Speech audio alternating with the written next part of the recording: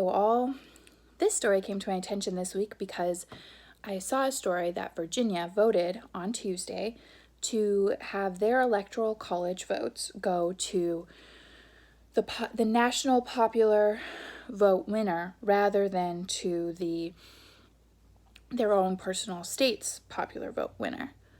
This was really surprising to me. I didn't understand why a state would be giving away its voice like that, so I looked a little further into it, and I discovered a thing called the National Popular Vote Interstate Compact, which has been around for over 10 years now, apparently, and its whole goal is to abolish the Electoral College. So the first state to sign on to this compact was Maryland in 2007, and so far 15 states have joined, bringing their total to 189 electoral college votes that they have signed on. So the compact will not go into effect until they have 270 electoral college votes signed on. That way they could guarantee the winner of the election so that states aren't out there on their own voting for these things. So Virginia signed on Tuesday, so they have 13 electoral college votes, and I don't think it's been added to Wikipedia yet, so I'm not entirely sure, but I think they actually might have 202, so they're just 68 votes short of having the whole 270. And public support seems to be growing for getting rid of the electoral college, especially since the last election where Trump won without getting the popular vote, it doesn't happen very often, actually. It's only about 5 times in history that the Electoral College winner was not also the popular vote winner. But the few times it has been, it's usually been smaller states having their voice matter, and the bigger blue states such as California and New York are kind of frustrated that their votes don't drown out the rest of the farmers in the town, because they have more people. So if you're interested about who else is in there, you can look that up on Wikipedia. Oregon is in. Oregon joined just recently in 2019. California joined in 2011. Nevada voted it in just recently, which is unique because they're a swing state, and all the other 15 states that have joined are all Democrat states that are not swing states. But their vote was vetoed by the governor, so they actually haven't joined at this point.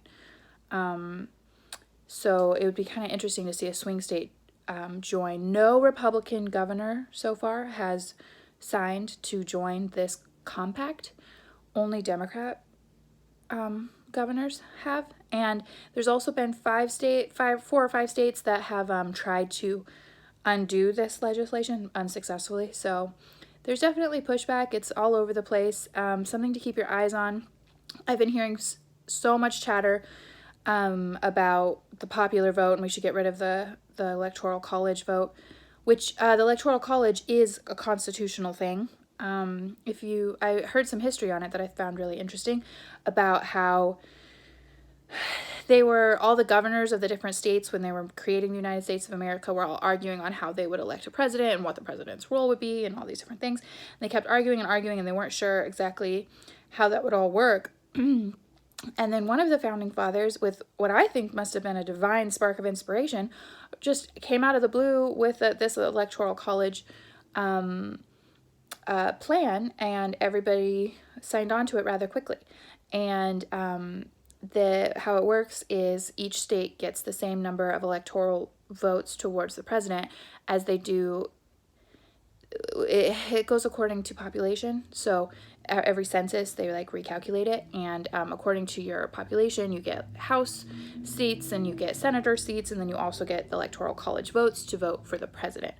So there's been places like California that's been blue for forever, that have such a large population, and New York such a large population, and they've definitely been angry about the Electoral College for a long time because nobody campaigns in their states. They don't get very much attention. They don't get very many ads because nobody cares. Everybody knows they're going to vote Democrat, so why bother? If a Republican campaigns there, it's an uphill battle for very little reward, and if the Democrat goes and spends time there, they should be spending time probably in more swing states where they can get more of the electoral votes, places that matter more. So places like Florida get a lot of attention and places like California don't.